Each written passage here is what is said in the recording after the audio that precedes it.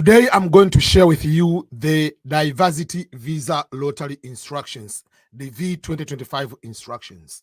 What are these instructions? What are the things which are very, very important for you to be able to know?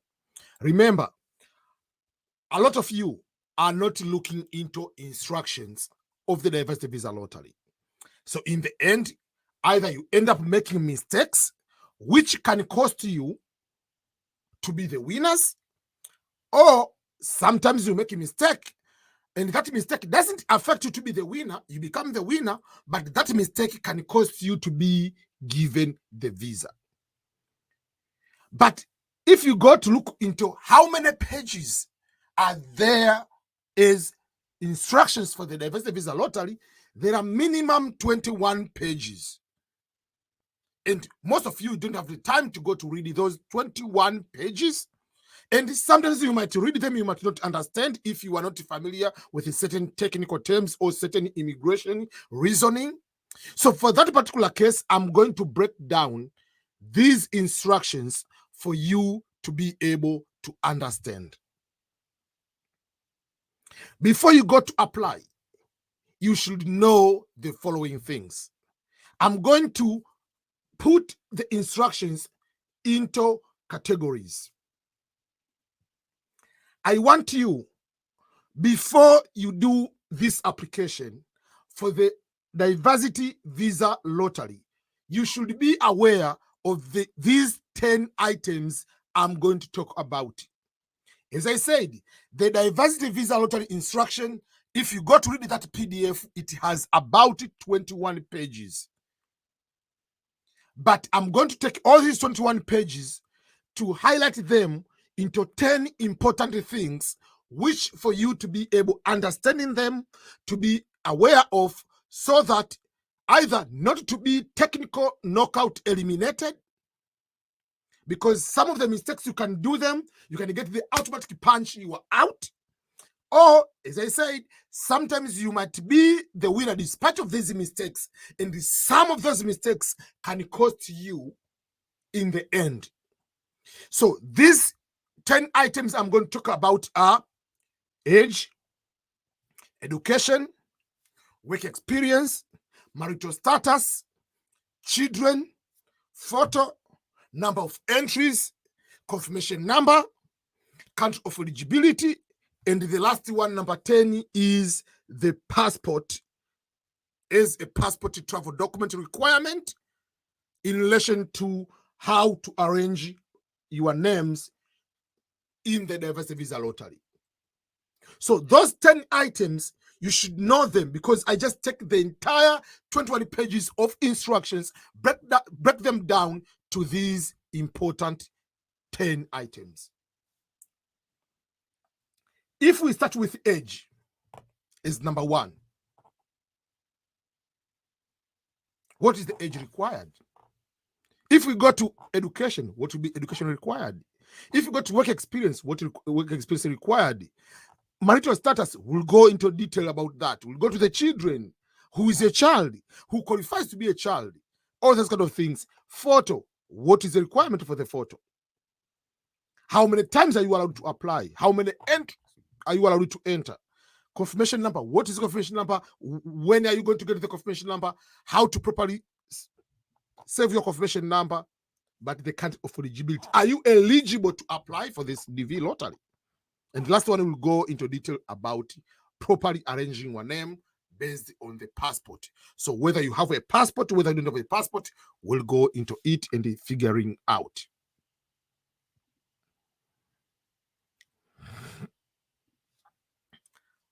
Age required for the application of the Diversity Visa Lottery. The simple key question is, what is the age for someone to apply for the Diversity Visa Lottery? What is the age? Is there any age advantage? For instance, if let's say someone applies for the Diversity Visa Lottery, is 25 years old, will that person have more advantage over someone who is 50? Or if you are 70, are you allowed to apply? If you are 18, are you allowed to apply? If you are 10, are you allowed to apply? What is the minimum age? So if you go to the DV lottery instructions, number 8 is asking a question. Is there a minimum age for you to apply for the diversity visa lottery program? The simple answer is no. There is no minimum age requirement. No. But the technical part is there are requirements for you to be given the visa. Meaning, at 5 years old, yes, can apply for the DV lottery as a main applicant. But the point is, the person will win. But will the 5-year-old person be given the visa? The answer is no. So technically, even though they say there is no minimum age, by technicality, there is a minimum age. Why? Remember, first of all, to apply for the diversity visa lottery, there is no minimum age. There is no minimum education to win the diversity visa lottery. There is no minimum requirement for the work experience to win. So applying, winning, they don't care how many education, whatever you have. What is your highest level? They don't care to win. And in the diversity visa lottery form, there is no, in the application form, there is no work experience portion. So they do not know your work experience. But once you win, to be given the visa, they will require you to have at least high school education. And by high school here, they mean 12 years of instructions. So, and if you don't have high school, you need to have 2 years of qualifying work experience. So 12 high school, it means you will be required to have 12 years of school. So you didn't go to start your kindergarten or your first grade in elementary school, primary school at the age of 1. Most of you will go at the age of 5. So if you go at the age of 5, you plus 12 years of schooling to finish high school, that makes you 17. So yes, 17 years old can apply as a main applicant. Number one, you will be added by your parents as you will be added by your parents as a child, but at the same time, they will put you. A father will put you as a child, a mother will put you as a child, but you yourself, you can apply as a main applicant. Because while you're 17, first of all, when the results are out, you will be finishing high school. Secondly, until you come to America, you will be 18 years old. Because if you are 18, you'll be able to make decisions as an adult than if you are 16 or 17. So the minimum age is not there, but they will require you to have high school education or to have work experience, 2 years of qualifying work experience. In the United States of America, or to be allowed officially to start working is at the age of 16. Obviously, with the permission from the parents. There are exceptional cases. Someone can be, let's say, those people graduate very early. Maybe at the age of 10, they finish. There are some people, there are those special cases, they finish bachelor's degree at the age of 10 or 12. Those are special cases. But majority of us, according to the US, work experience will start at the age of 16. So 2 years of work experience will make you 18 years old. So that's why when you go to read the instruction, they say, why there is no minimum age to apply for the diversity visa lottery, but the requirement of high school education or work experience for each principal applicant at the time of application will effectively disqualify most persons who are under the age of 18. That is the concept behind. That's not me. But I usually say at the age of 17, you can apply because you can be able to finish high school at the age of that one. So yes, you can apply as a main applicant. Until you win, until the results come out, you will be 18 already. Because if you are 17, you come to here, you are a minor. You cannot sign a contract even for the phone company. You cannot take yourself to school unless otherwise the parent is going to go enroll you to school. There are regulations of those nature. You cannot work without the authorization of the parents to sign a contract. That's the law. So we'll talk about the number of entries later, but if a parent you are applying, a main applicant is a father, you have a child who is 17, 18, 19, 20, obviously from 1, 0 to 20 years old, but if he's 17 and is in high school, for instance, or finished high school, 18, 19, 20, despite of adding that child as your child in the application, that child also will apply as a main applicant. A child will have 3 chances of winning. From the father, when he applies, will add the child. From a mother, when he applies, will add the child. And that child who is 17 to 20 will also apply as a main applicant. Below that will be just a child, but not as a main applicant. So that is the minimum age to apply. No minimum age to apply, no minimum age to win, no advantage of age. If you are this age, you will be able to win just because of your age. But once you win, you will require to prove that you have high school or 2 years of qualifying work experience. Not every work experience, qualifying work experience. So make sure that you understand. Don't go there, oh, because I have a child who is 10, let's also add that child, let the child be main applicant. What if the child wins? He's not going to add the parent to come along with you. No, they're not going to do that. The parent will come with the child if the parent is the winner. But a child doesn't come just because I have a parent who is, I'm a child 16, 15, I'm the winner, I'll carry my father, my mother to come along with me to America. No. So for that case, make sure you clearly know what is going on when it comes to the age of the DV lottery applications or applicants.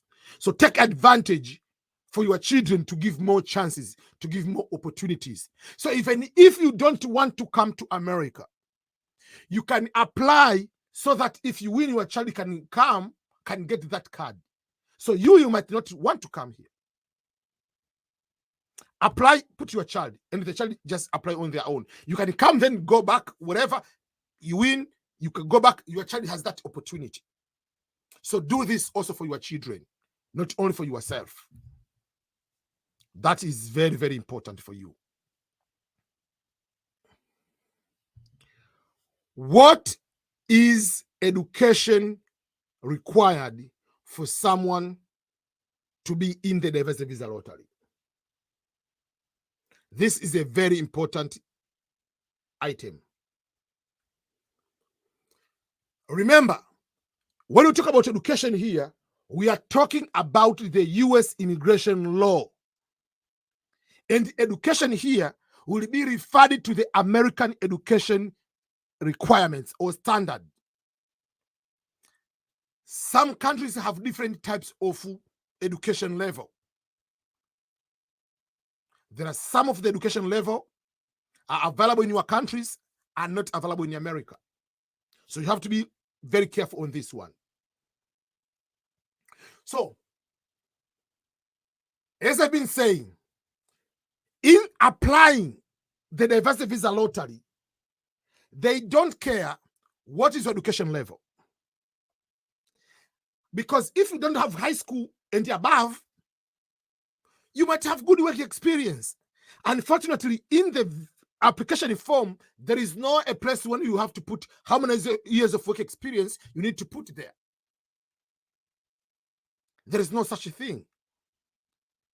So for that case, you'll be required just to go there and try to put the correct work experience, I mean the education level. So that education level, you put it there, doesn't determine whether you are going to be given the visa to win or not. So when it comes to the selection, they don't care whether you have doctorate. They don't care whether you have master's degree. They don't care whether you have high school. They don't care whether you ended in primary school. They don't care all those kind of things.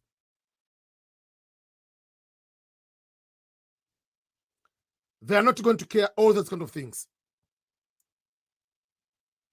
What they care is to make sure that if you win, you need to prove now you have a minimum of either high school education or 2 years of qualifying work experience. So we'll go and figure out this work experience, this education we are talking about. What do you mean by high school? So in the United States of America, high school is basically 12 years of education. And that is kind of like a universal standard.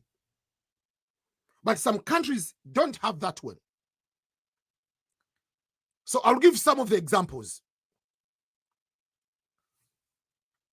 In Kenya, you start primary school, 1st grade to 8th grade, 8 years of primary school. Then from there, you go to 4 years of secondary school. It makes to 12 years. That is their high school. Kenya used to have the system like Tanzania or Kenya, Uganda, Tanzania, and like Zimbabwe, Namibia, they used to have the same system, but now it's changed. I mean, now it's many years. So it is just 4 years of secondary school, which is high school. But Tanzania, for instance, Uganda, if you go to Namibia, for instance, if you go to Zimbabwe and a few other African countries have this system. You do primary school, then you finish, you go to what we call ordinary secondary school, O level, which is kind of junior high school. Then you go to high school, which is also called advanced level secondary school, A level. In Uganda, they call it senior 4 and senior 6. Tanzania, they call it O level and A level, ordinary secondary school, and the A level advanced, which is high school. You go to other countries, they have their own names. So in the end, it's not 12 years, it's more than 12 years. For instance, in Tanzania, you do 7 years primary school. You do ordinary secondary school 4 years. That makes 11. And then you go to high school, you do 2 years, you make it 13 instead of 12. So ordinary secondary school in the countries where you have ordinary secondary school and you have A level, advanced secondary school, the advanced secondary school, the senior level secondary school, that is the high school. Ordinary secondary school is not high school. What does that mean? It means as follows. US immigration law and regulations require that every DV entrant must have at least a high school education or its equivalent, or at least to have 2 years of work experience within the last 5 years. We're talking about the work experience, not to graduate within 5 years. We're talking about the work experience of at least 2 in the last 5 years. So what do they mean by a high school education? This is very important. I have to define this one because it will confuse people. A high school education or equivalent in the United States, we are talking about the United States, we're not talking about your country, is defined as successful completion of 12 years course of elementary and secondary education in the United States. A completion primary school and the secondary school of 12 years, that one. Or the successful completion in another country of formal course of elementary and secondary education comparable to high school education in the United States. So for instance, in Kenya, as I give the example, primary school 8 years, secondary school is 4 years, that is the high school. In Tanzania, Uganda, Namibia, Zimbabwe, and a few other countries in Africa, you have primary school, you have ordinary secondary school, you have high school or advanced secondary school. So ordinary secondary school or level is not high school. We have to be aware of, we have to agree on that. Only formal courses of study meet this requirement. What does that mean? It means if you go to not in class. You take just the exam, you study on your own, you take the exam. We call it private candidate or other form or whatever of correspondence is not required. Correspondence programs or equivalent certificates like GED in the United States, GED is general equivalence diploma, is not required and not acceptable. You must present a documentary proof of education. That means you actually entered into the class wearing the uniform for 12 years. That's what they mean.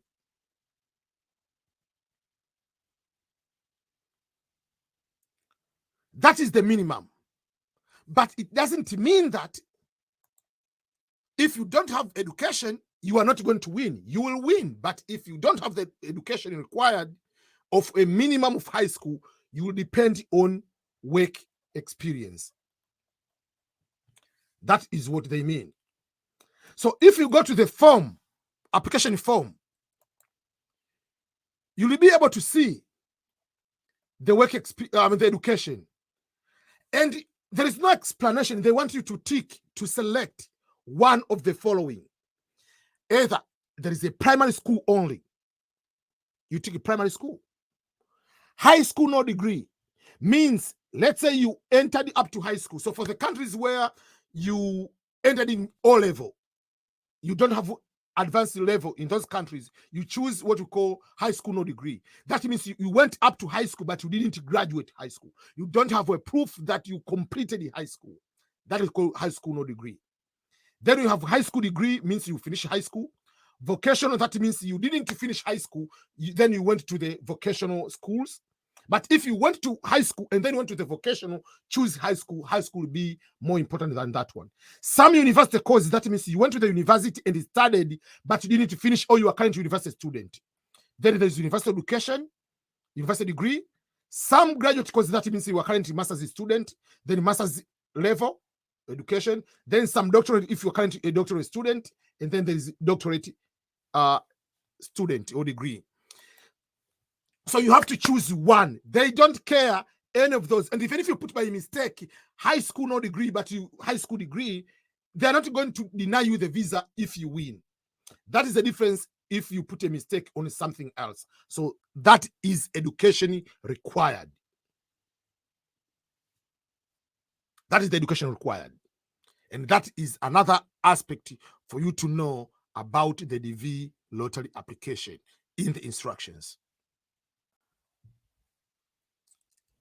Work experience in the diversity visa lottery application is either you need to have a certain education or work experience. Just to remind you, in the diversity visa application form, there is no a place to put work experience. There is only a place where you'll be required just to highlight, to tick what is your highest level of education you have. That's all. There is no to put the work experience you have. So if you apply, let's say you ended in primary school, or you didn't finish high school no degree, no diploma, it doesn't mean that you are not going to be the winner. You'll be selected. This aspect of education they are not looking at. And in the form, there is no work experience, how many years you have. There is no such a thing. So for that case, whether education or work experience is not going to be considered in the selection of winners. You'll be the winner. But then you have to fill the visa form. DS-260, the immigrant visa form. In the DS-260, that is when you will be required to put your work experience.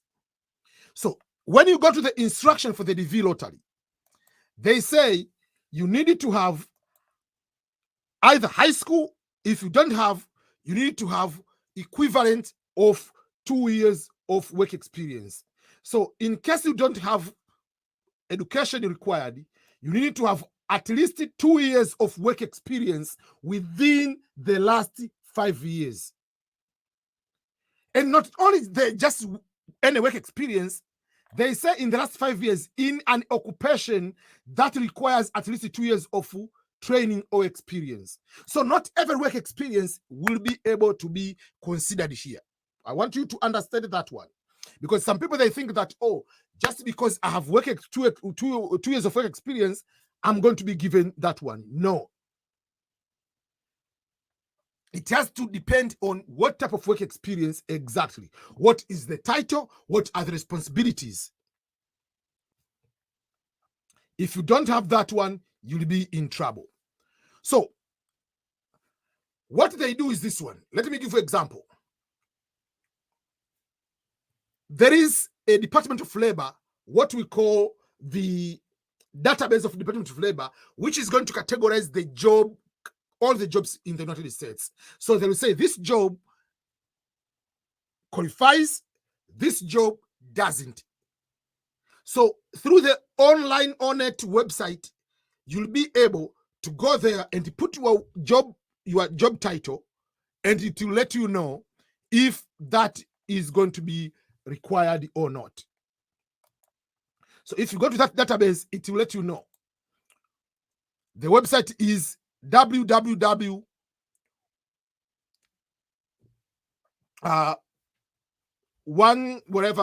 Just ONET online. If you Google that one, you'll be able to get it and you'll be able to find it. And I will show you few things you can be able to look at. So what are the instructions say about this one? What occupations qualify for the DV program? As I said, not all qualifications will be able to qualify. The Department of State will use the U.S. Department of Labor ONET online database to determine qualifying work experience. Keyword is qualifying work experience. To determine qualifying work experience. That is the keyword. Because some of the jobs don't qualify. So what if you have high school education, you don't have work experience, you'll be given the visa. If you have bachelor degree, you'll be given the visa even if you have never worked in your life. But if you don't have a minimum of high school, your life depends on work experience. So the online ONET website, the database, it gives the jobs into zone. To qualify, not all occupations qualify. The occupation which will qualify are the one which will be within the past 5 years, and will be in the occupation in what we call job zone 4. Because if they're in job zone 4, they have something called SVP. The SVP is specific vocational preparation. They want to know that you either went to a particular training or you got on-job training for that particular job to be able. So in order to have that one, the SVP range should be 7 or higher. That is what they explain. So obviously, it has to be job zone 4, SVP range 7 and above. But if it is 6 and below, it doesn't qualify. I know it might be, how do I know that? So I'll give some of the example. So if, let's say, someone is, what should we say? Someone is a tutor, or let's say someone is working as a cook at fast food restaurant, or just a cook at the restaurant. You go to the ONET online website and type that cook for the restaurant. Then it gives the job description. So all this don't mean anything. If you're a cook, you will come here and then you look on the job zone. This one is on job zone 2, so it will not qualify, because if it's job zone 2, you go to the SVP range, it will be between 4, but less than 6. So that doesn't qualify. So if you are working at the restaurant as a cook, it will not qualify. So if that is your job, sorry, if that is your job, we will not be able to qualify. What if you are cook at fast food? Let's figure out. So I want to see how will it be if there is any change of any kind. So if you look, this one is, if you are working as a cook at job fast food, it is less than working in the restaurant. They say it's job zone 1, because if you work at fast food, you were just putting on the fryer and that's all, you are not cooking like in the restaurant. But still, it is below 4 in SVP. It doesn't qualify.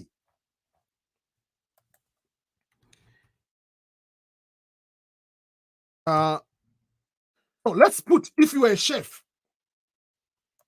what does that mean? And I want to give you something. If you are a chef, it is job zone 3. It doesn't qualify, but it's better than. So it is 6. SVP is 6, but less than 7. But I just want to make sure that sometimes you might be a cook, but the terminologies, if you are a cook versus a chef, are 2 different things. If you're a cook, it's job zone 2. If you're a chef, it's job zone 4, is 3. It's not job zone 4. So that's how I want to make sure that you understand. Sometimes you need someone who knows how to put this work experience properly, how to use the proper terminologies. So if you are, let's say you are working as a sales or advertising. Let's say you are dealing with advertising sales agents, for instance. Let's find that one. You are selling or advertising space, placing the media, publication, whatever, all those kind of things.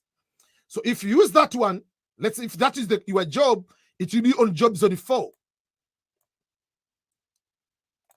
Then if it's job zone 4, SVP range will be 7, less than 8, so it will be able to qualify. So I want to make sure that you know that what is work experience.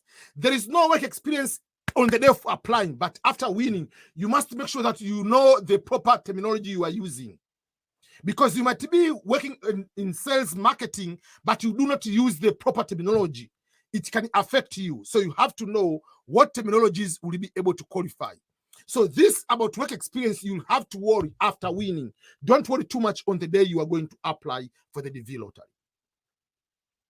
So all the best into making sure that you apply. So even if you don't have enough education, apply. Then you'll figure out after winning the DV lottery how to properly put the work experience. How we can put that one in the, because on the work experience, you have to put everything in a proper way. I know you might have a question. So I don't have the high school, but I have good work experience. You go ahead, apply and win. You wrote your work experience. I know if I have high school, I have bachelor degree, I have PhD, I have masters, I have whatever, it is easier to prove because I go there with the certificates. But how do I prove if I have 2 years of qualifying work experience? So you take the proof similar to on the education part. What proof do you need to show that you have 2 years of work experience if you were the winner of the DV lottery? Very simple. Number 1, you will need to ask your employer, your boss, to give you the letter of introduction. And that letter of introduction should be written into the letterhead, the office letterhead, like the one with the logo and all those kind of things. It has to be good way, type it, and someone has to sign. If you have a stamp, put the stamp. Meaning, so and so is our employee at company A, works as advertising sales agent for our company, has been employed from this day to this day. This job, among other things, these are responsibilities. And this person is more into maybe advertising agent to deal with this kind of advertisement, blah, blah, blah, as a representative. You finish there. If you need anything else, please let me know. This is my contact, and the stamp is there. You need to have that, the letter from your employer. If you have also a contract, go with the contract also, in addition to that. So those are some of the things you need to have. Also, if you have, like, some companies, they have ID badge, whatever. You don't need to go with the pay slip to prove that, payment, you can be even sleeping and you can pay a lot. They don't care how much money you make. What they care more is about the job title and responsibilities. Because you can be working even as a volunteer, unpaid, just given the breakfast and maybe going to and fro, like the bus fare, transportation fee. They don't care how much money you make.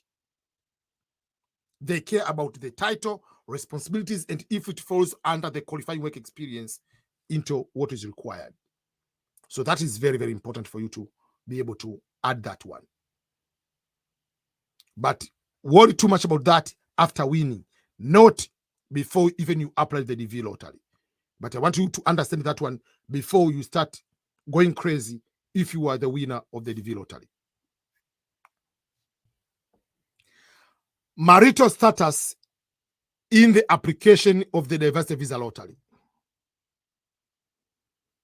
This is a very important thing, and some people are going to put you in a wrong way, or if you are married, you have a higher chance of winning. So for that case, you are not married, you are starting adding people as married, and you want to ask everyone to put you as the husband or the wife, whatever. No, don't do that. Marital status. Let's go to the form and see what, first of all, marital status are highlighted in the DV lottery application. For that case, then we can figure out how to properly fill the marital status in the DV lottery form. Number one of the marital status is either you are unmarried, mean you are single. Unmarried doesn't mean that I'm planning to get married tomorrow. Unmarried means I'm unmarried. I'm not married. So it's like it's just pregnant. You are pregnant or you are not pregnant. It's no, I'm half pregnant. No, you are married or you are unmarried. And remember, we are asking this information on the day you are filling the application form, not what are you planning to do in November or December. We are asking today you are filling this form. Are you married? If you are not married, you say unmarried. And if you are married, there are two aspects here. There is a married person married to a U.S. citizen or green card lottery, green card holder, and there is married and the spouse is not a U.S. citizen or green card holder. Majority of you, 99.99%, are people who are married to people who are not U.S. citizen or green card holder, permanent resident. So you will select the option. If you are married, you say married and the spouse is not a U.S. citizen or a green card holder. There is no marital status of having a girlfriend or having a boyfriend or engaged, fiance. There is no such thing. And then there is a divorce.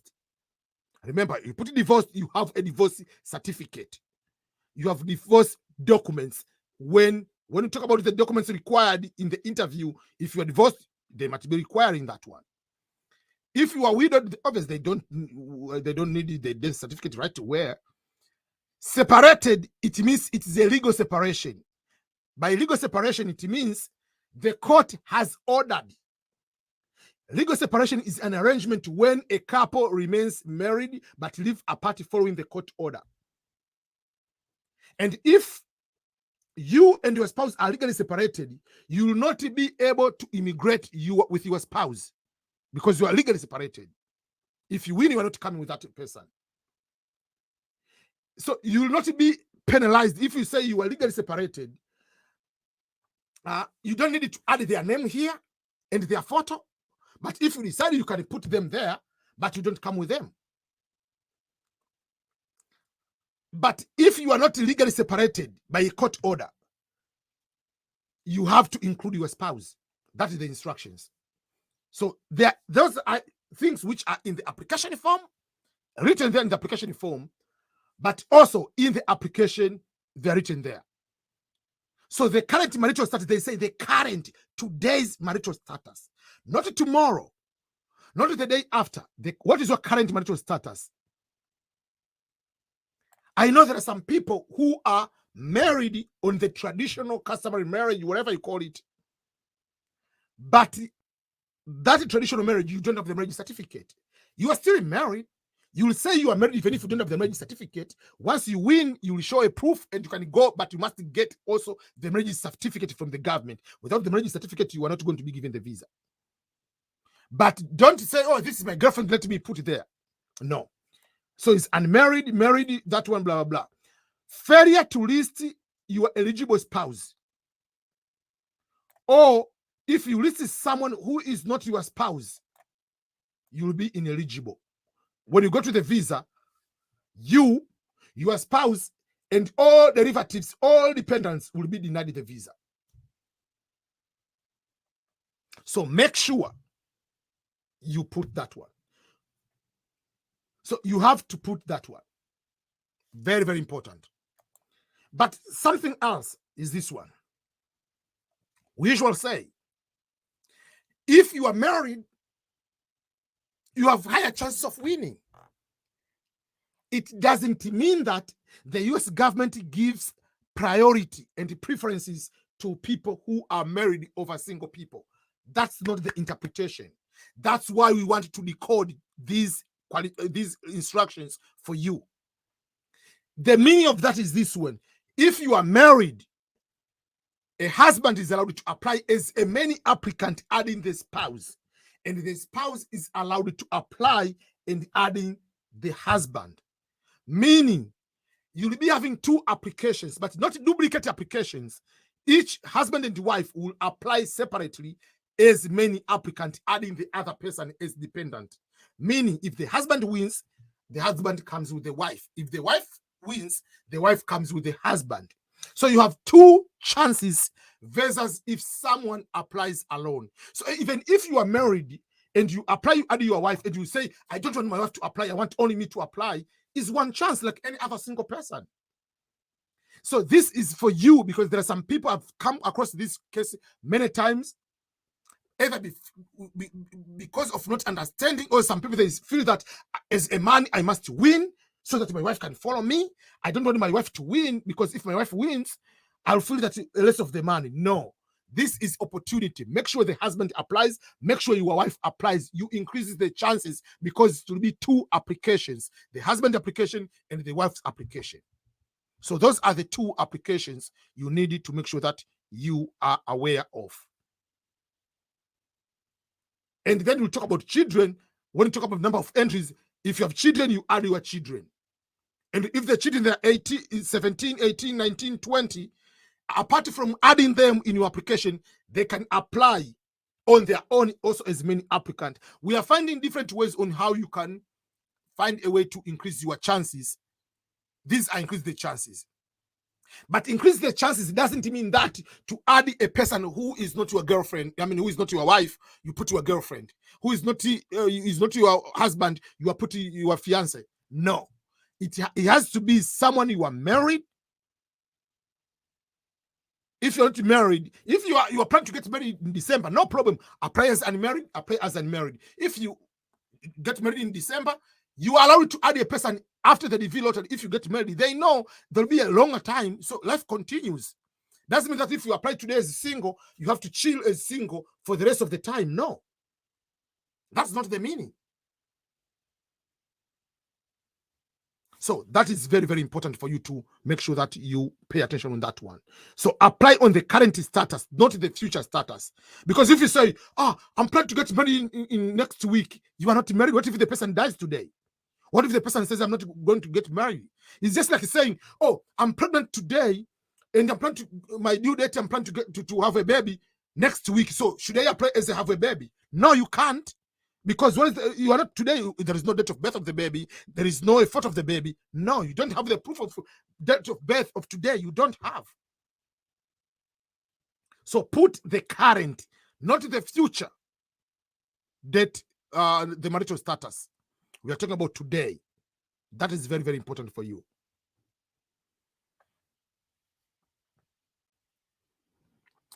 Before we continue, I want for you to make sure that if you have the Android phone, go to your Google Play and download the EBM Scholars app.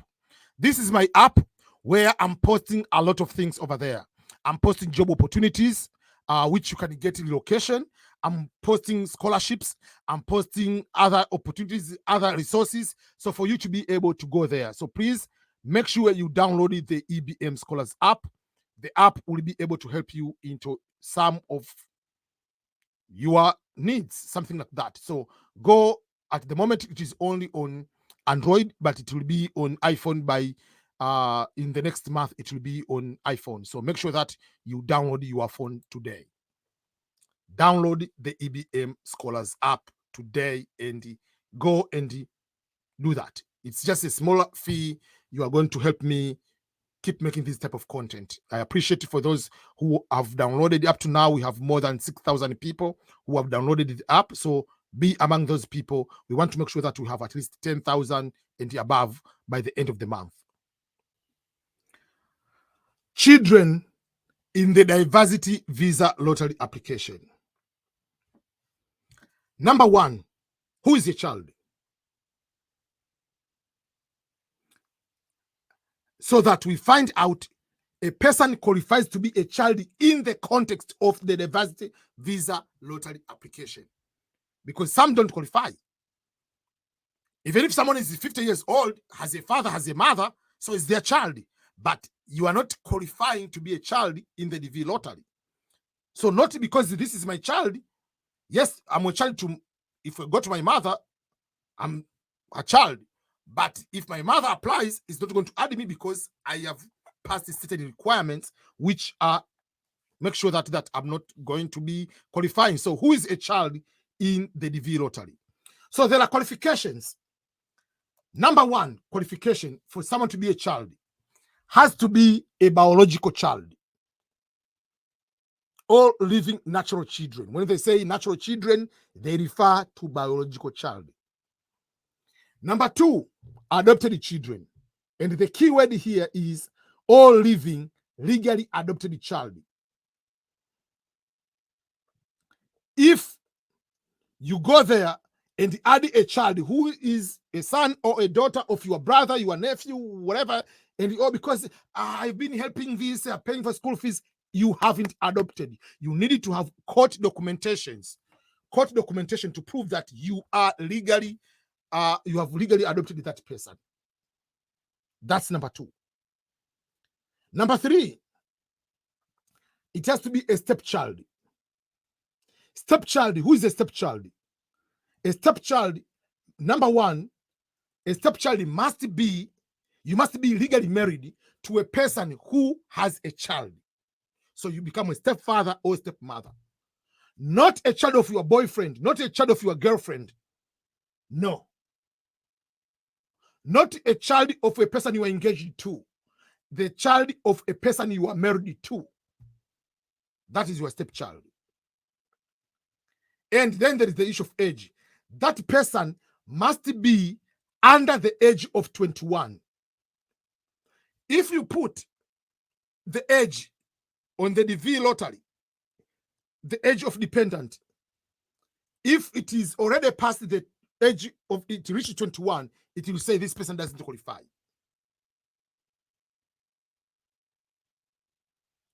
So the age by default, it has to be under the age of 21. But the other component is unmarried. Under the age of 21, unmarried. So if you are 20 years old, you are married, you are not a child, according to DV lottery instructions. Meaning, let's say I have 3 children. One is 15, one is 20, one is 22. So the one who is 20 is married. So the 22, I don't have a child. I don't count that child in the DV lottery. And another part is I don't count a child who is married. He's 20, is under the age of 21, but is married. So I'm not counting that one. So I will say I have one child who is 15 because the other one is married. That's how it is. But if, let's say, you have a child, let's say is 20 years old, and that child has a child, but is not married, you are allowed to add that child. So you have a daughter, you have a son who has a child, but is not married. You add that child, like your child, not the grandchild. So let's say I have a child who is 20 years old. I'll add my child. But that child has a child that I have a grandson, I have a granddaughter. I'm not going to add that one. There is one person, by mistake, what they did is the father applied, had a daughter who is 19 years old. That daughter has a daughter.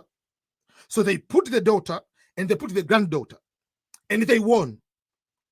When they went to the US Embassy, oh, this is your granddaughter is not your daughter. So you lied that this is your child. We don't say put your grandchildren here. So the person was denied the visa. That is the mistake people are doing. Married children or children who are already at the age of 21 and above are not eligible in the program to be children. They can apply on their own as many applicants, but they are not allowed to apply as to be included as dependent. But what if a child is the age of 20? Maybe 1 week before the birthday have to become 21. You are allowed to add that child. But when the results are out, the child is already 21. There is no punishment. The child will still be considered as 20, even if it's 21, because he became or she became 21 after the application. So there'll be no problem. However, the Child Status Protection Act protects children from aging out in certain circumstances. For instance, if you submit a DV lottery, DV entry, before your unmarried child turns 21, it's 20, and it becomes 21 before the visa insurance, it is possible that he or she may be treated as though he was just under the age of 21 for the visa processing purposes. Will continue to be considered as 20 in the visa. They're not going to punish the person because on the application was 20 years old. But what if you have a child who is under the age of 21, unmarried, but that child is, let's say, already a citizen. That child was born in America, is a citizen. Or that child is a permanent resident already. That means you don't need to add that child. You will not be penalized. If a child who is already a US citizen or permanent resident, when you submit your DV entry, you will not be required or to be issued the DV visa. You will not be penalized for either including or omitting that family member. So don't add the family member, because that child doesn't need to have a card again to get another green card while he's already a green card holder or is a US citizen. So failure to list your children who are eligible or listing someone who is not your child, you will be denied. I don't mean that, let's say you apply today, your spouse or yourself, you are applying today, you are a woman applying today, you are pregnant. Obviously, it's 0, you don't have a child yet. Because what is the date of the birth of the child? You don't have. Place of birth, you don't have. What is the photo of the child? You don't have. So for that case, you don't have. But if a child is born after the day of application, it is a must to include that child. It is a must. No exception. You have to add that child. And by adding, it means just all the details plus the photo. The photo of the applicant must be there. And remember, when we talk about the photos, we mean the qualification of the photo of the main applicant must be also the qualifications for the dependent. Don't go and take a very nice photo of you as main applicant and take a bad photo of your child. No. And we'll talk about the photo, but even if a child is 1 day old, the photo must be taken. That is the important. That is a requirement to add your child. But don't add a person who is not your child. It's not allowed, because something you might win and you might be denied the visa. Marriage certificate, marital status, and children are the number bigger, apart from qualification for education, are the other reason why many people denied the visa despite of winning when they go to the interview, because they failed to establish that these are my children, or this is a legitimate marriage. So be careful what you add here. DV lottery photo, diversity visa lottery photo. It's the most important thing in the application. Majority of people are eliminated in the DV lottery because of the photo requirements.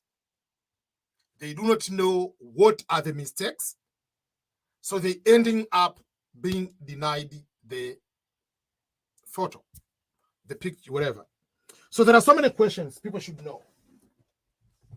Let me start. What devices should you use to take a photo? Do you need to have this big camera? It's not a must. A phone, do you need to have, you must have iPhone? No.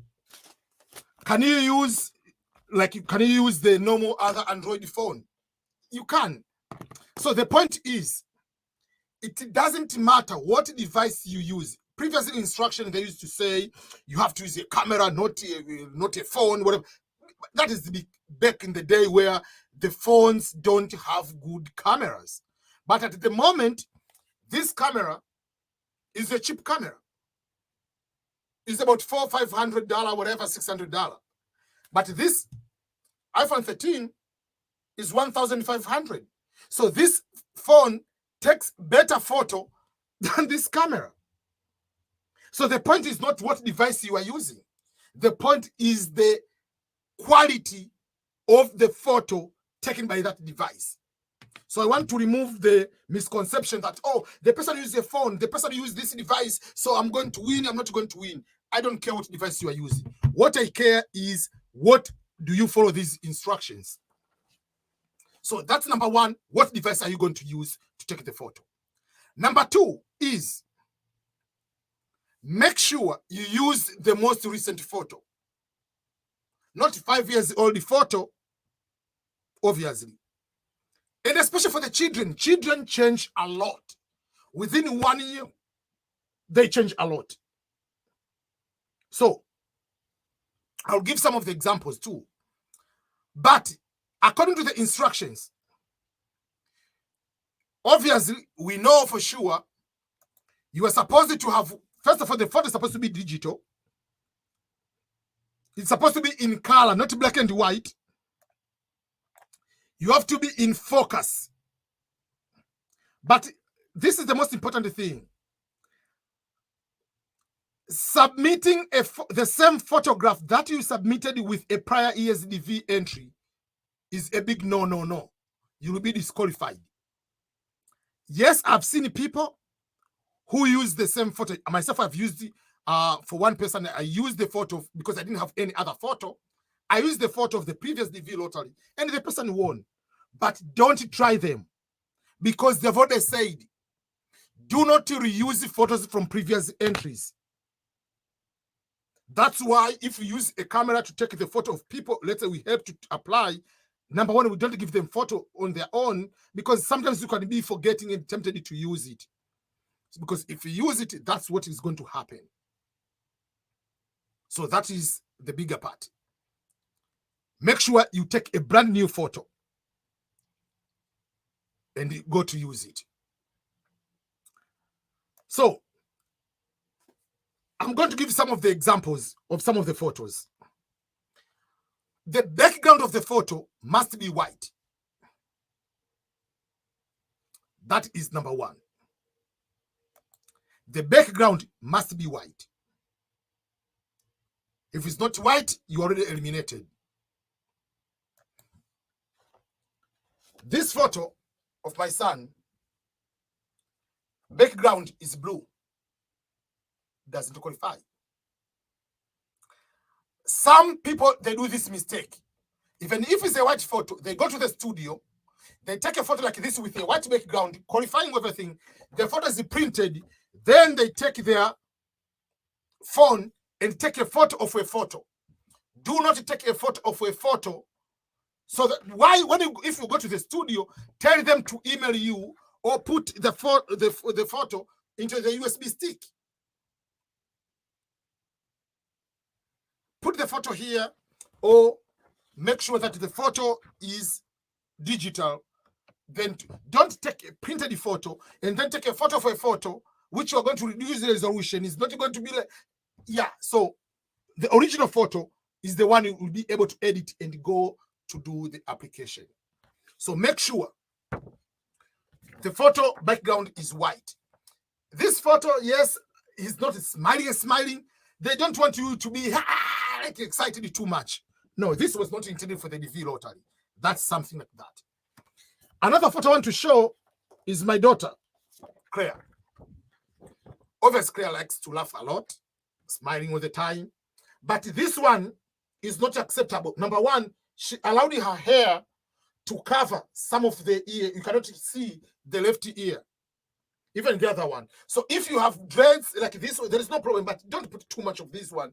Just put them at the back so that you can be able to see your ears. And again, if someone is taking a photo of you, let's say he's using a phone, this is the trick you are going to use. Number one, make sure you use the back camera. Don't use the front camera because the back camera is stronger than the front one. That's something to notice. Number two, don't use a photo like in a portrait vertical phone. Take a photo this way and allow a distance between you and the person. So don't be too close, don't be too far away. Allow so that when you take a picture, there is at least 1.5 meters to 2 meters between you and the subject. You can be able to take the photo.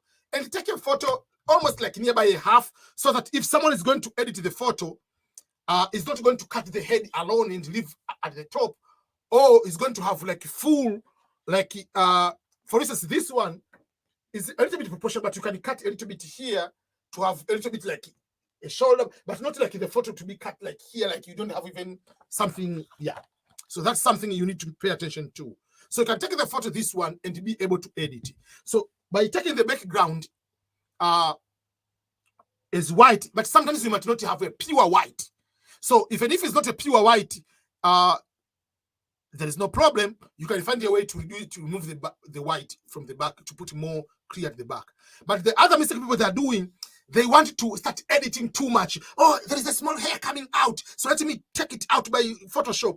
They don't care if you, like, your hair is messy, whatever. But don't start like making like you are a fake, like, no.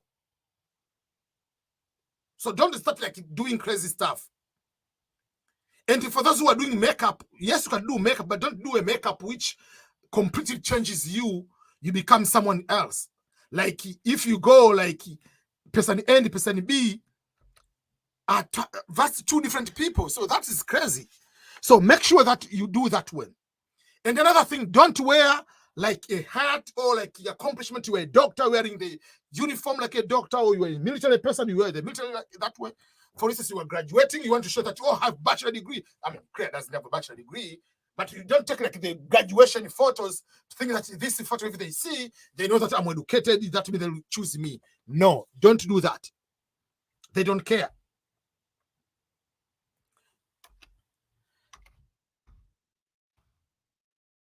So in that particular way, find a way where you don't put too much photo, like with the makeup, especially for women, like you look like this is a vastly different person. Like, what's going on with this person? What's wrong with this person? Like, is this the same person or different person? The day you're going to the interview, they say, no, this is not you. Yeah, so that is something I want to make sure that you understand that one. Another thing, I want to show you some of the photos so that you can, before and after, make sure you still look like similar, like this is completely, if you, yeah. So makeup is allowed, but not the makeup to completely deceive someone, please. No. Like, don't change yourself from being this one and then you look like exactly like Rihanna or somebody else. No. Make sure that, yes, you can use makeup, but they're not going to look how beautiful you are, how handsome you are, so much editing, so much Photoshop. No, don't do those crazy stuff. No.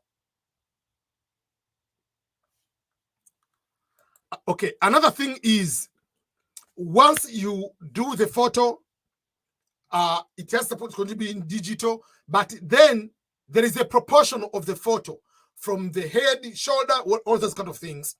Those will do on the editing part.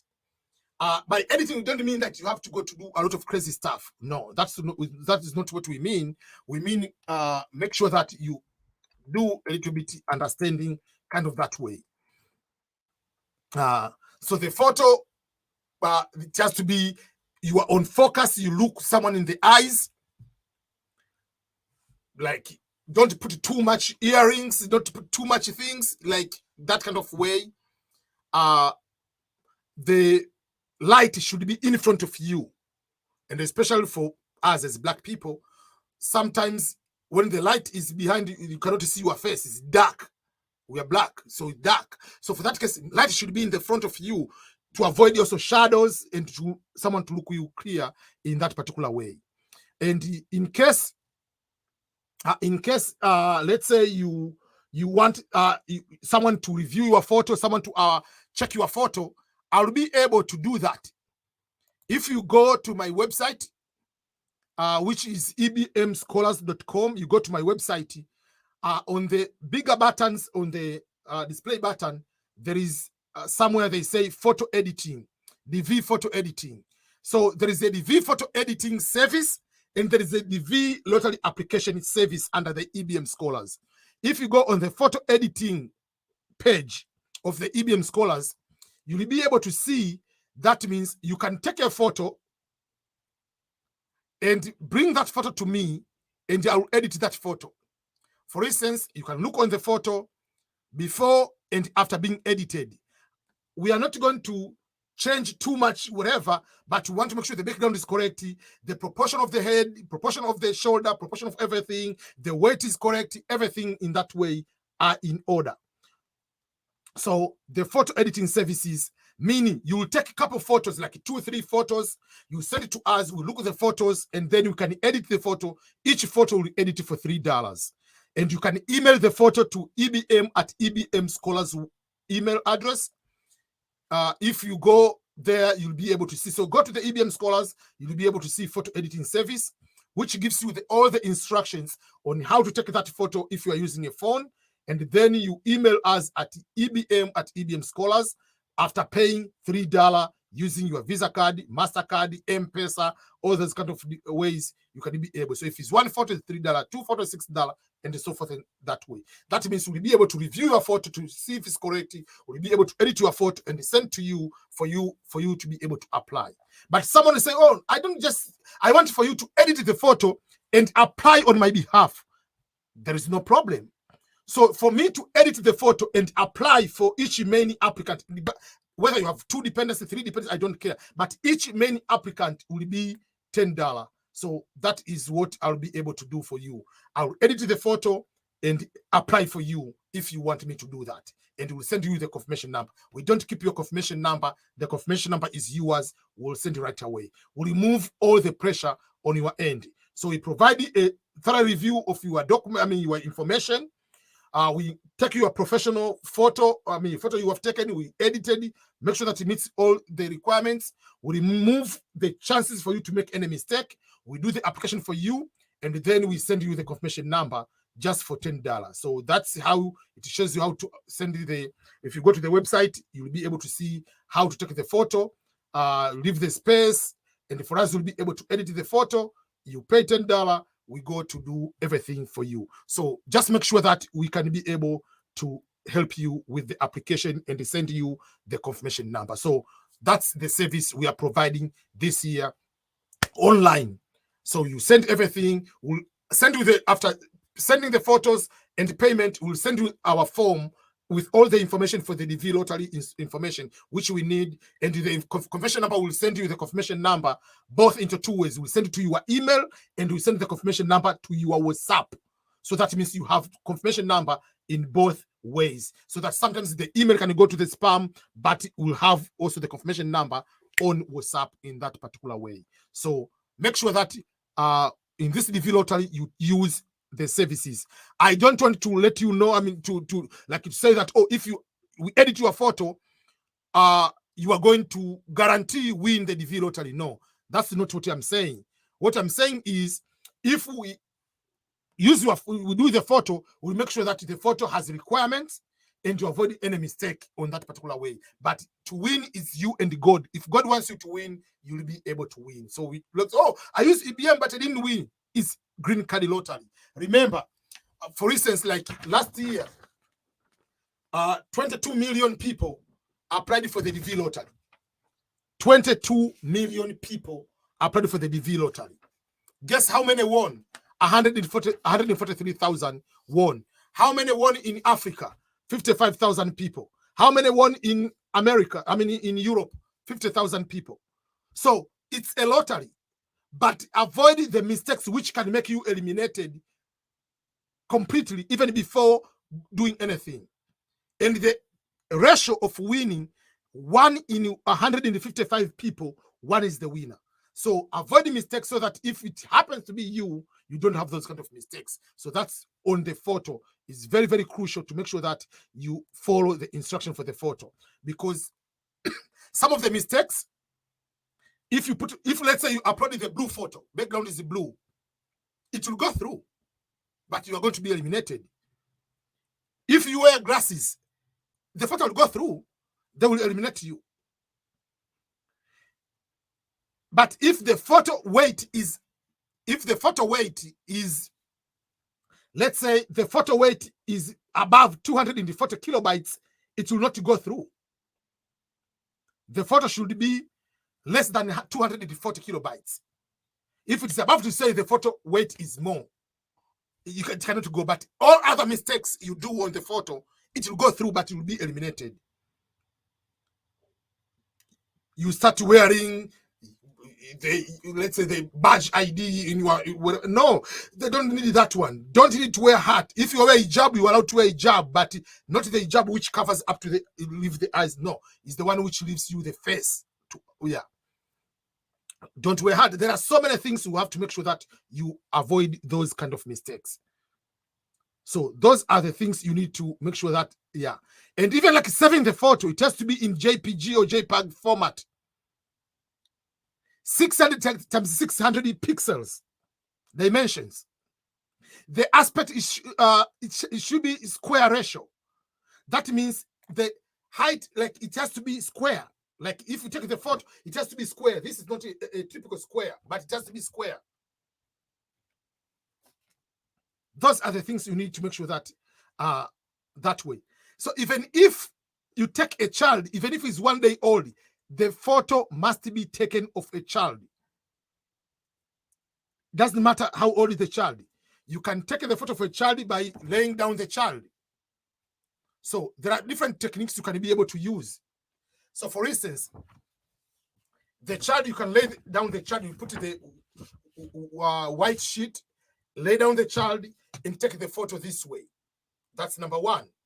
Or sometimes you can put a white clothing in front of you and hold the baby, like the white is here, like you are behind, the white is between, and you hold the baby like this way. So the white background is behind you, but you hold the baby a certain way that you can take a picture of a baby.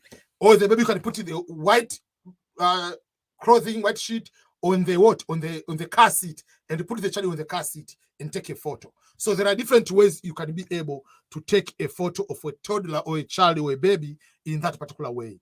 Make sure that the child, they're not like, yes, smiling or having a pacifier in their mouth. No, those things are not acceptable. They are not allowed in that way. Very, very important. Remember, majority of people are eliminated because of the photo. So if you want, go to the EBM Scholars and ebmscholars.com website. If you want for us to review, evaluate, and just edit your photo and send to you, you apply on your own, we can do that. But if you want for us not only to edit the photo, but also to apply, it is cheaper for us, for you to send the photo and edit and apply than just editing the photo only. It's up to you. We can do either of the two. The choice is yours. That is something I want to make sure that you are ready to use our service at ebmscholars.com that way. Number of entries in the DV lottery. How many entries are you allowed to do?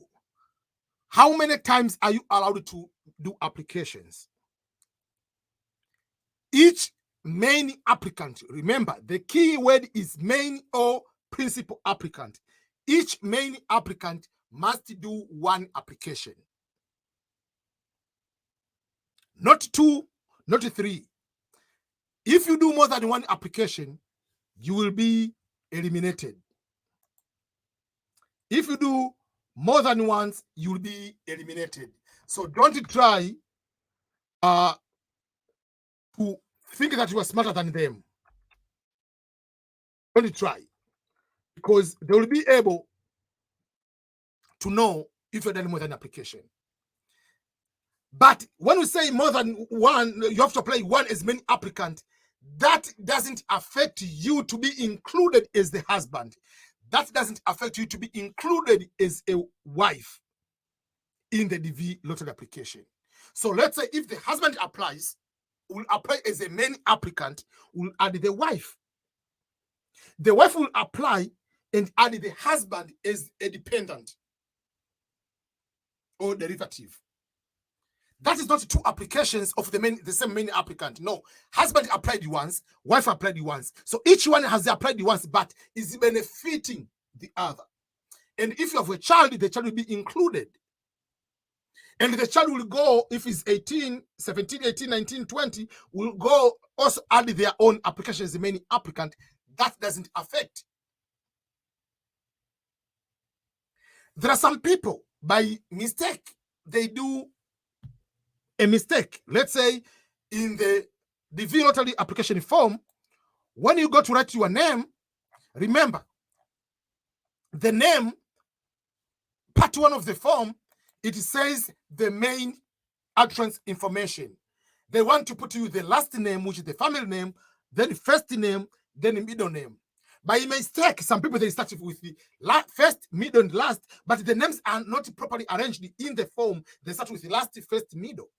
So let's say you come to find out, my name is Makulilo, is the last, first is Ernest, middle is Boniface. So I will start with the last, first, middle. But by mistake, I go and write Ernest Boniface Makulilo instead of Makulilo Ernest Boniface.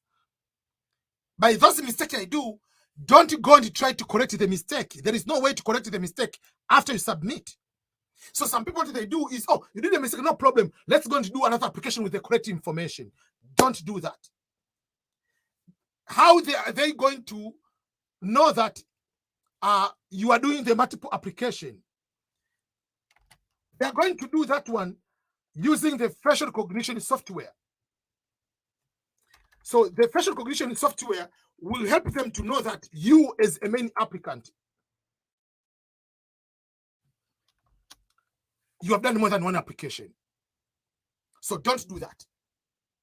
So even if there is a mistake, leave it, go there. Once you submit the application, it will give you the message which it says successfully submitted. And once it says successfully submitted, you will have the confirmation number. And in the confirmation number, it will say the success in the green, and it will have the entrance name. The name will be with the last name, comma, first name, middle name. Then there will be confirmation number. So this year it will say 2025. Last year is 2024. It will say 2025. Then there will be letters and numbers. It will be 16 numbers. Then there will be the year of birth and what we call the digital signature. Make sure if you use someone's service to help you to fill the DV lottery, they give you the confirmation number. Because this confirmation number, you will use it to check the results. Sometimes you might fill on your own, maybe you decide to fill, they say print this one. You don't have a printer. Take a screenshot of that one and send it to your WhatsApp, send it to your own email. If you later want to save somewhere, save so that you can be able to use it to check the results later. Remember, myself, I usually help people to fill the DV lottery applications. But each person I fill the form, if they pay me $1, $2, $3, $4, they pay for me to fill them, and my contract with them is after filling is to give them their confirmation number. We have situations where there are some people, they fill the confirmation number, they fill the DV lottery application for you, and then they keep the confirmation number. They don't give you at all. You don't have the email. You do not know even the email, which email they use to apply. So when you win, they say, oh, in order for me to give the confirmation number now, you have to pay me extra $1,000, $2,000. No. My contract with you, if I give you $10, I give you $5 to apply, is to make application with the information I give you.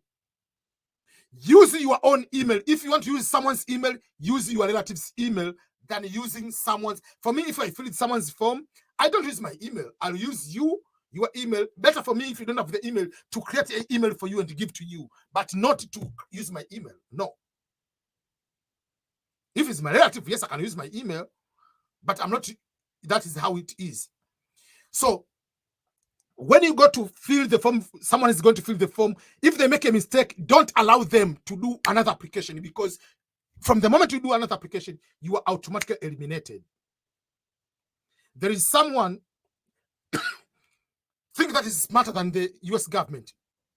He's going there, he's doing the first application, Ernest Boniface Makulilo. The second application, Makulilo Ernest Boniface. Another application, Boniface Ernest Makulilo. Like your only name, you are mixing the names and you are using different photos of yourself. No, they know. They are not stupid.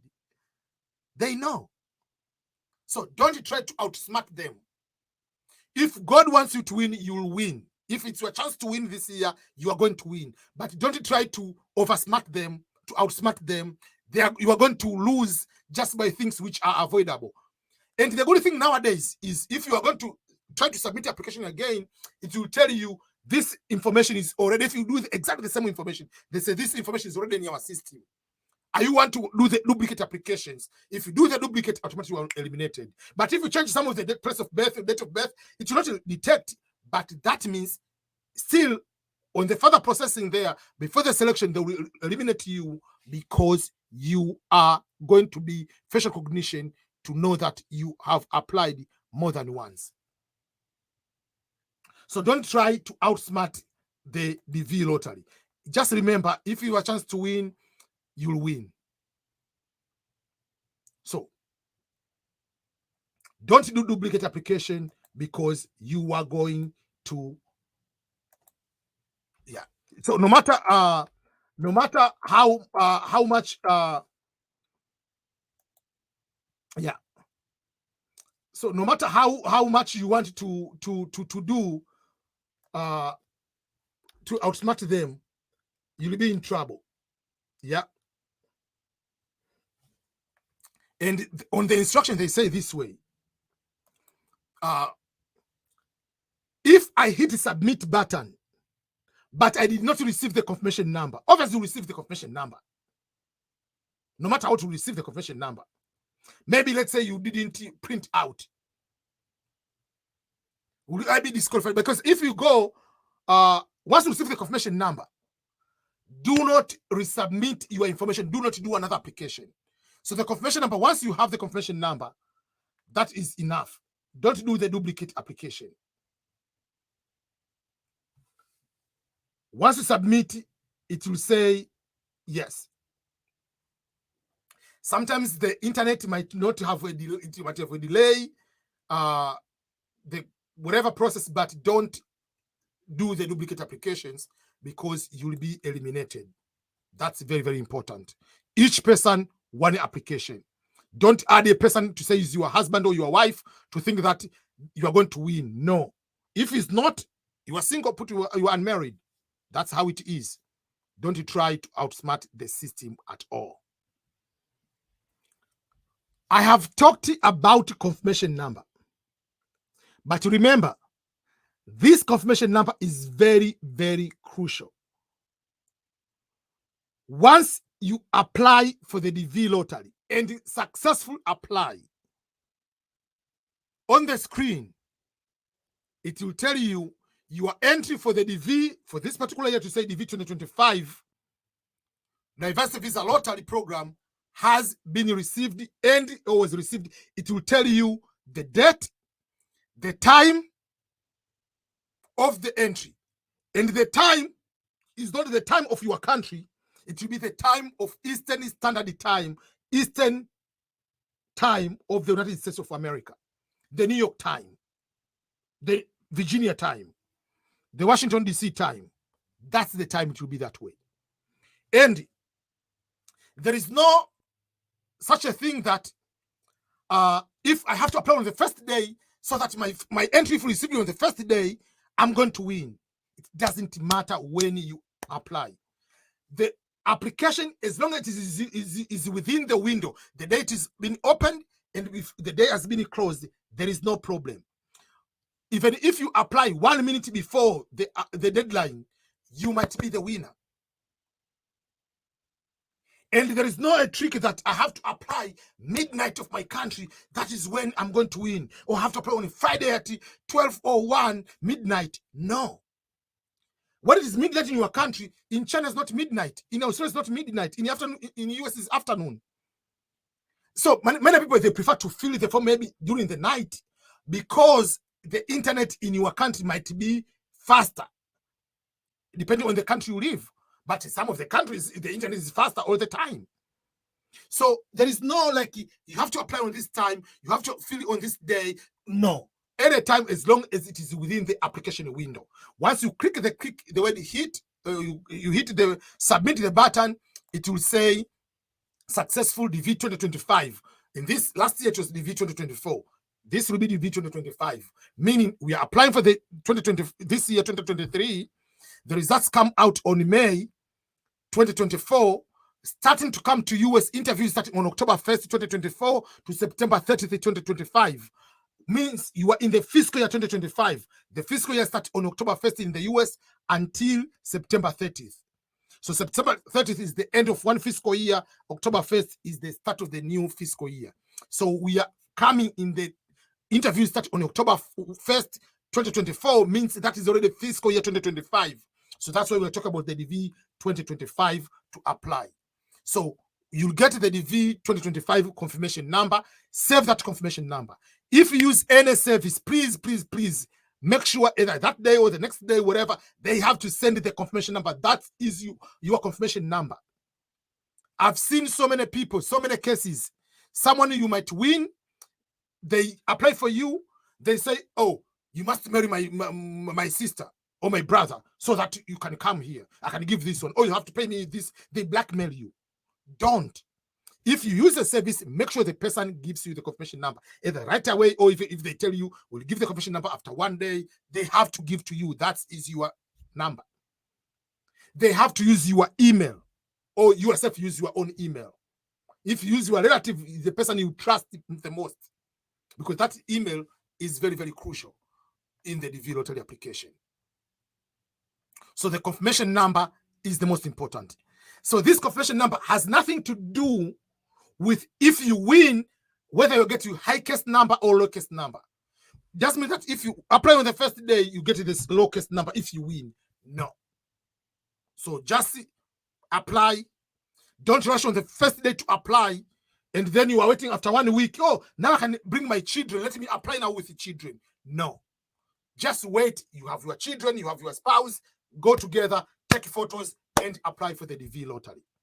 And this year, I have office in Dar es Salaam, nearby Mlimani City, Tanzania. I'm going to have the office in Zanzibar. I'm going to open October, beginning of October. I'm going to have the office in Nairobi, nearby the Delta Hotel in Nairobi, opposite of Kenyatta University. If you go to the Delta Hotel, there is office there. We'll announce the date we are going to start to fill the people's form. We'll be taking the photo and apply the same day you get your confirmation number. Same day. Take a photo, edit, apply on your behalf, get your confirmation number the same day. And all the best. May God will help you. Probably you might be the winner. So be ready in Nairobi, be ready in Zanzibar, be ready in other, in Tanzania. We'll be on site. Also, in Kenya, we'll be going to Nairobi, we'll be going to Kisumu, we might be going to Kisii, we might be going to Mombasa. We haven't determined which regions in Kenya we'll be visiting. But if you are in the place Ghana, South Africa, you are in other place, you want just for us to apply on your behalf, go to our website, ebmscholars.com. If you go to ebmscholars.com, you'll be able to see DV lottery application button. If you click that one, it will tell you the process, how to take a photo with your phone, and you'll pay us $10, and you will be able to edit your photo for you and your family, and you'll be able to apply for your behalf, and we'll send you the confirmation number. If you want just only, you want for us just to, you just want, okay, I just want for you to edit my photo. We'll edit the photo only and give back the photo for you, and you don't need it for us to apply for you. We just do that for $3. Send us the photo like that one. We'll edit it, make sure that it meets the requirements, and we'll send the photo to you and make sure that you are going to apply properly. Probably you might be the winner. So that is the EBM service on either to edit the photo or to apply either online or also to come in those regions I've said in Kenya, Tanzania. But I might visit other countries just for public speaking, to talk about other opportunities beyond the green card. We'll be talking about those kind of opportunities. I might go to Burundi, probably, or Congo, or Ghana. But I owe people in Ghana to visit Ghana, because Ghana have been so many supporting in West Africa, Ghana, Sierra Leone, Liberia. Many you people have been supporting me a lot. But obviously, number one country supporting EBM than any other country is Kenya. So that's why we have officially office in Kenya, and in Delta. The place to apply is opposite the Kenyatta University at Delta Hotel. That is where we'll be having the EBM Scholars applications.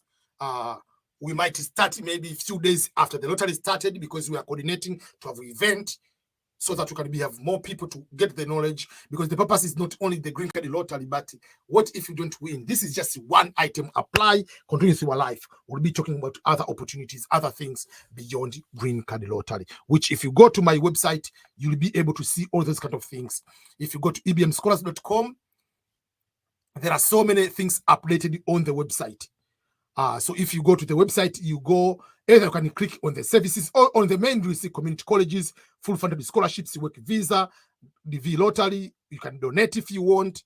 But also, if you go, there are courses. There are free courses, like you can be able to go or listen to audiobook, free audiobook, or you can pay $5 for an audiobook, or you can be able to know how to fill the form on yourself. There is a video training on that. You can do that one, but also there are services offered by EBM.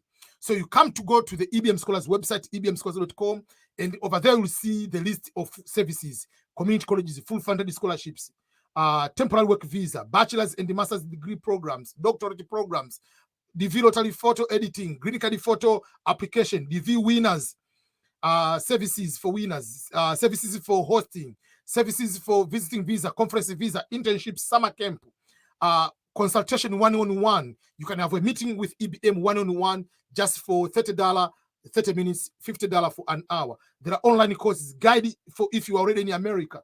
If you want to start a YouTube channel, obviously don't forget to download the EBM Scholars app and also to stay on the status. And if you want to go to pay for your own education in these countries, you'll be able to see all these services are offered at the EBM Scholars. So those are the things you'll be able to utilize when you go to the EBM Scholars website. So it's beyond the green card lottery, everyone. Country of eligibility or country of birth in other way for so many other people. So when you go to the green card application form, question number 5 and 6 are very, very important. It is simple for some other people, but I've seen so many mistakes. People are doing those mistakes, and those mistakes are costing them this one. This year, I've seen 3 examples. Last year, 5 examples. And these people, some they get the visa, majority don't get. So when you go to the DV lottery application form, question number 5, it says the country where you were born.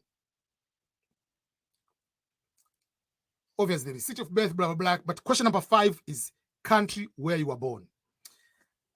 Number 1, in that question of where you were born, there is a drop-down menu. You click there, it comes the list of so many countries. Someone made a mistake in Cameroon. So instead of selecting Cameroon, by mistake, selected Cambodia. You see the problem, that one. Cambodia and Cameroon are different. Different in different country, different region. So even if you win your confirmation number, your case number will not be AF.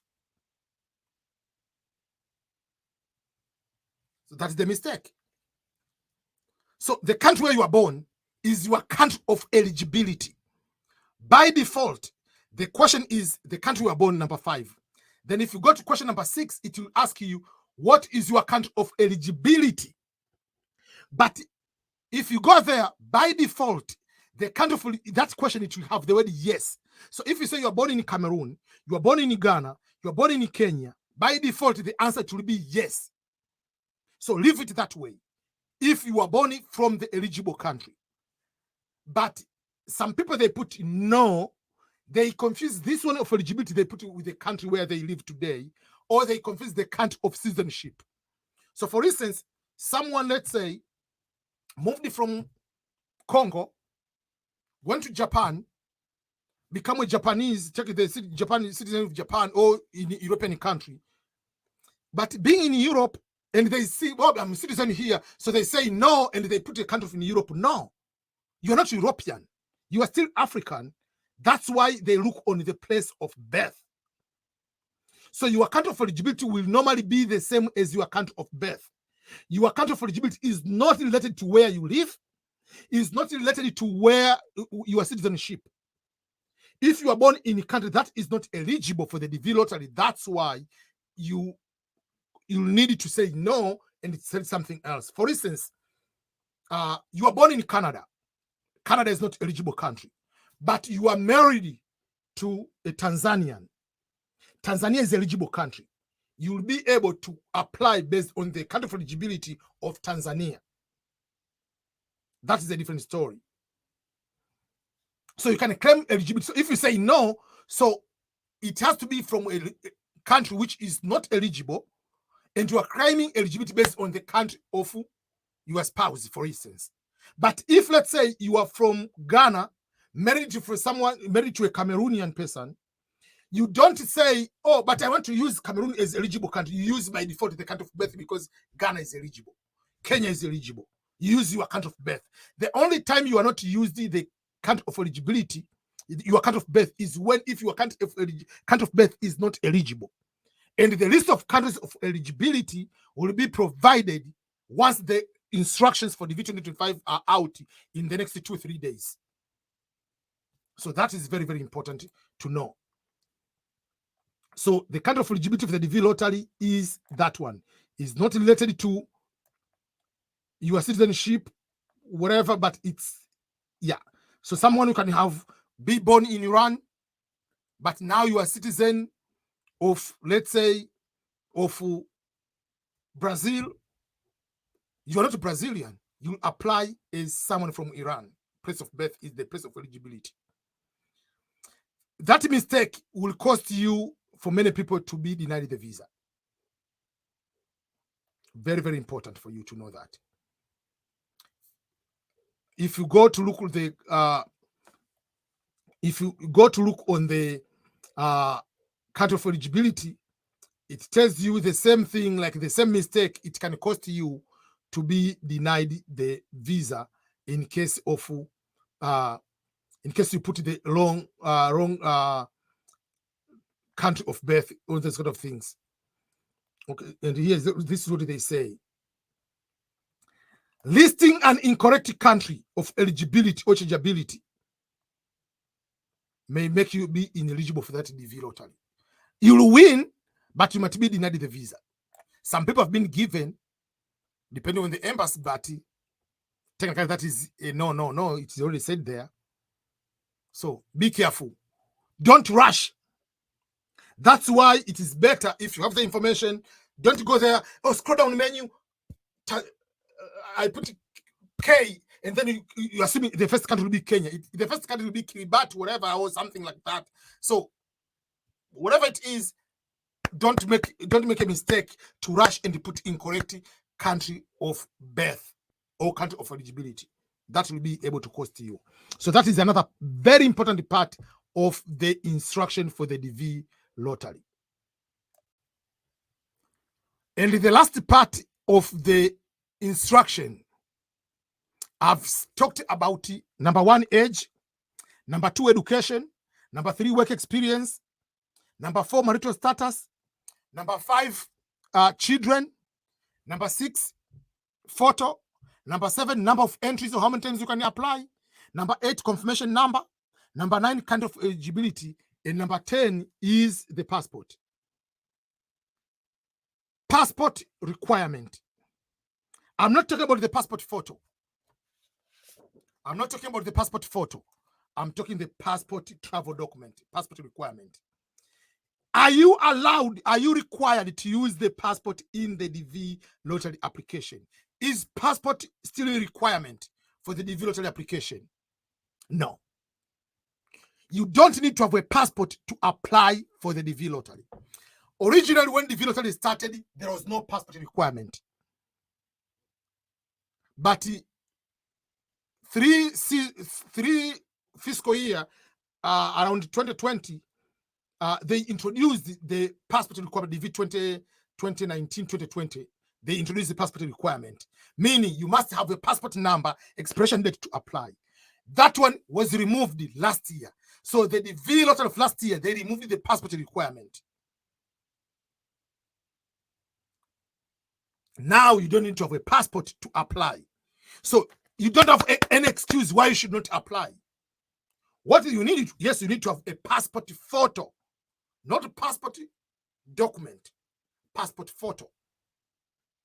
Because during the passport requirement, you might find the husband and the wife. Maybe the wife has the passport, the husband doesn't, so the wife applies. But now you don't have the passport requirement, both husband and wife can apply. Children who are 17, 18, 19, 20, this party being added into the parents as dependents, they can also apply as main applicant on their own to increase their chances of winning by being in the father, children under the father, children under the mother, and themselves as the main applicant to have 3 chances of winning the DV lottery. So the passport is not required. But this is very important to know. When you go to the instructions, they'll tell you, write your name. How do you write your name? You write your name based on, obviously some people, they use birth certificate, but what they write to you, they say, write your name as if how they appear on your passport. If you don't have the passport, it's okay. But make sure that this is how your names are arranged. Trust me, I've seen a lot of mistakes. Many people do not know which one is the middle name, which one is the last name. You might be laughing and feel that this is funny, but so many people, how many people have asked me, which one is my first name, which is the middle name, whatever, whatever. So make sure that you know how to write according to your passport. Even if you don't have passport, but how are you properly arranging your name?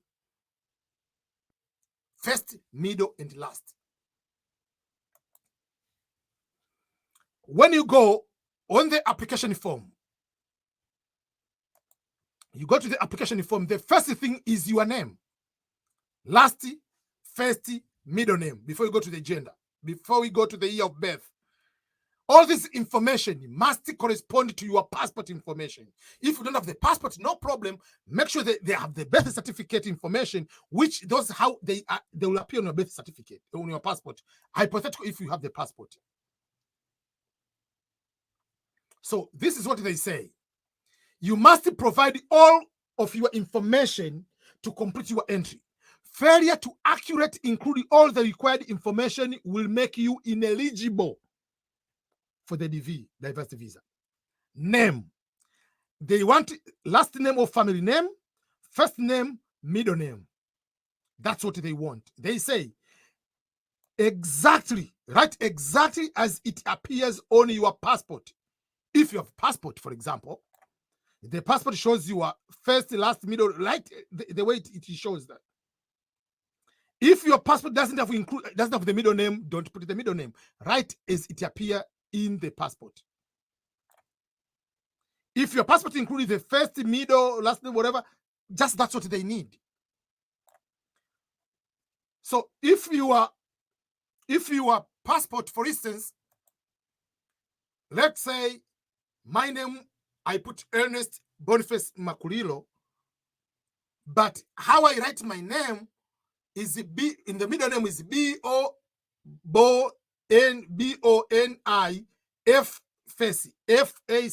Boniface.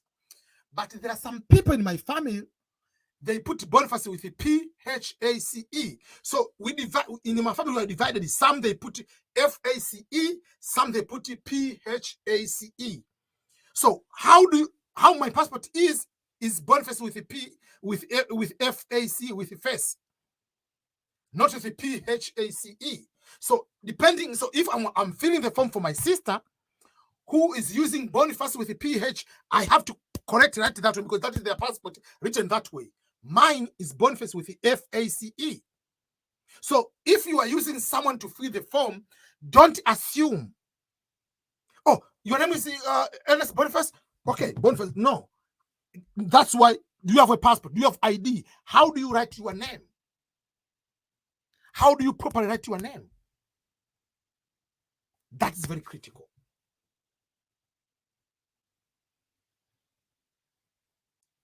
Make sure you use correct name as they appear in the passport if you have passport. But doesn't mean that you must have a passport to apply. No, you don't. So those are the most important things to pay attention to when it comes to passport. It's just place of birth. If you have a passport, write the one is written in the passport. Right? If you have passport, those information. But if you don't have the passport, no problem. Make sure you have a correct way. When we usually apply, we help someone to fill the form. We usually fill on the paper, or even online. We fill, let's say if it's on the paper, we ask you, is this the correct, right, your name? Your name is Ernest. Does it have I at the end or doesn't have I at the end? Some people, they have I. Or your name is Jennifer. Is Jennifer with double N, J-E-N-N-I-F-E, or is Jennifer with the single N with the P-H-E-R? Each person is writing different. Your name is Anna. Is Anna with double N or Anna with a single N? So everybody has writing different names. Don't assume. Put the way it's supposed to be. It will make it easier on the embassy to assume that. Don't assume that you are just trying to use someone's identity to go to the embassy. I also want to add one more thing today. And this is what I can call misconception or fake news, fake stories about the green card lottery applications. There are so many issues, information they are circulating around, and people believe they are true about green card lottery. These are some of them. For instance, number one is if you use someone who is in America to fill the DV lottery for you, you'll be having higher chances of winning. It doesn't matter the person who is manually filling the DV lottery application form for you, where the person is. Even yourself, if you apply for the DV lottery, if you are in Europe or you are in America, it doesn't mean that you are going to win just because you are there. No. It doesn't matter where you are. It's a lottery. Even if you live in America, it will never change your place of birth. And even if you win, if you are born in Africa, it will say AF as the case number, your case number. You will be processed as African, regardless of where you are. If you are from Asia, even if you live in America, it will not change anything. So the location of the applicant, the location of the person filling the DV lottery application form has nothing to do with increasing your chances of winning. That's the most important part, which is not true, but people think that is true. Number two, filling the DV lottery on the first day, or to be the first person to fill the DV lottery, doesn't make you the winner. They're not going to do on rolling basis. If you come, they're going to select you the winner. The selection process is done next year. It's not going to be done right away and for you to be able to process and, oh, you are the winner. No. So I applied for my nephew 2 hours before the deadline, and he won. One person, we applied for the person in Tanzania. It was like 15 minutes before the deadline. The person won. I usually don't advise you to apply on the last day because, God forbid, something might happen. Maybe there is no electricity where you are. Maybe the internet is down completely because so many people are applying on that last day, which was strangely last year. The day before, the internet was completely like it was bad, like the website was not difficult to access. On the day of the last day, up to the last 2 minutes before, still it was easier to upload. But don't wait until the last minute. But don't force yourself. If you don't have the picture of your spouse and the information for your spouse, don't go to apply that you have to rush to be the first one to apply. There is no applying early means to win early. No. Another information which is not true is this one. If you are highly educated, you are likely to be chosen faster than the person who is not highly educated. Not true. On the selection, they don't care whether you are primary school, whether you are doctorate. They don't care.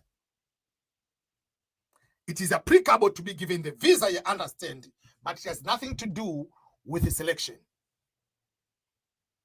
So when you don't win, it's because maybe I didn't go to high school. No. Or maybe because I don't have years of experience. There is not even mention of the year of experience in the DV lottery application. So that is something else you need to pay attention to. Another story which is not true again. The time to apply. Some people, they think that if you apply during the midnight or at 1 a.m. is when you're going to win. Or if you apply on Sunday or Friday during the afternoon prayer for Muslim, that's the time you're going to win. Remember, they don't care. If they say the lottery is open today until this day, they don't care what time you apply. The one is rotating under 24 hours. So many people, they say, oh, if you apply during the midnight, this time is faster. It's because your internet maybe in your region or in your country is slow. So during the night, people are sleeping. It's that way. But the entire world, when it's night, it doesn't mean that the world is night. When East African countries are celebrating their New Year, for me here it is afternoon. Before the New Year. The time I'm celebrating the New Year for you is already another day. So Don't go and just like you have to, yes, find the time when you have good internet to apply, but don't think that you have to force yourself to apply at a certain particular exactly. If you don't apply that time, that's why you didn't win. Another misconception is maybe when I was filling the form, I made a mistake on place of birth, that's why I didn't win. Or maybe I made a mistake on the spelling of my name, that's why I didn't win. Or maybe I make a mistake on number of children, maybe that's why I didn't win. That doesn't stop you from being a winner. As long as your application was successful, submitted, and you didn't do duplicate application, the photo was correct, obviously you're going to be considered. But you might not win just because there are so many other factors, I agree. But the biggest factor is the number of applicants usually is higher than the number of people are going to be selected. For instance, in DV2024 last year, people who applied, the results came out this year, 22,185,000 are the people who applied for the DV lottery application. And guess how many won? 143,000, meaning one applicant in every 155 applicants became the winner of the DV lottery. So that's how it was. So there is a chance in 155 people, one becomes the winner. So even if everything is correct, you might not win. So that you have to avoid these kind of misconceptions. You have that I didn't win because I made a mistake on the name, maybe on the first day, put the last name on the first. Well, no, that's a necessary misconception.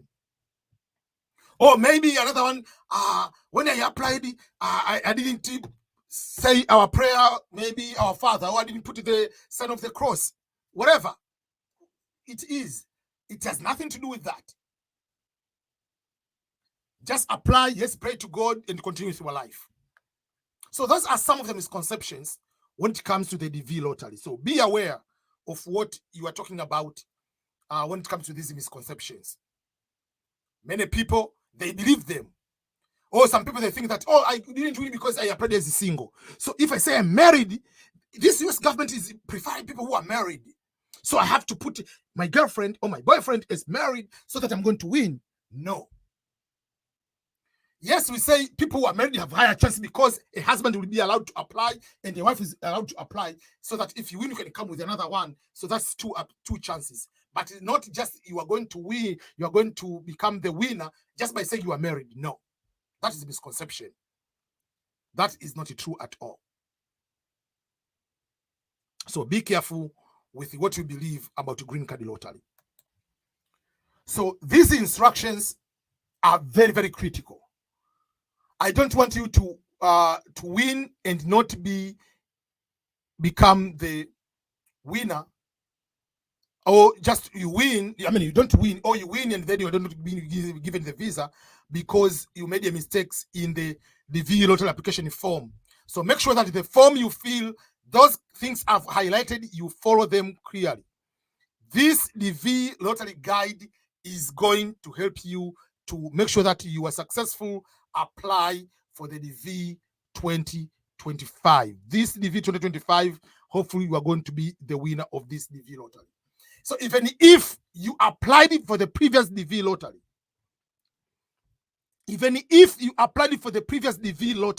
and you won the DV lottery, because you don't have the visa on hand, please apply again for this DV lottery. Anything can happen. You might be the winner with highest number, or you might be the winner, but the war happens in your country, they don't process, the embassy is closed, or another pandemic comes, the immigration is going to be suspended again, you are not going to process. So if you are the winner of the DV lottery, please apply again. And again, after applying for the DV lottery, please make sure that you go and look for other opportunities. If you are looking for visiting for conference, look for the conference. If you are looking for student scholarships, community colleges, continue with your life. So make sure you go to my website, ebmscholarships.com. You will see a lot of services offered. They are there. And the last thing, make sure that you go and download the EBM Scholars app. Over 5,000 people have applied for the app, have downloaded it and they are using it.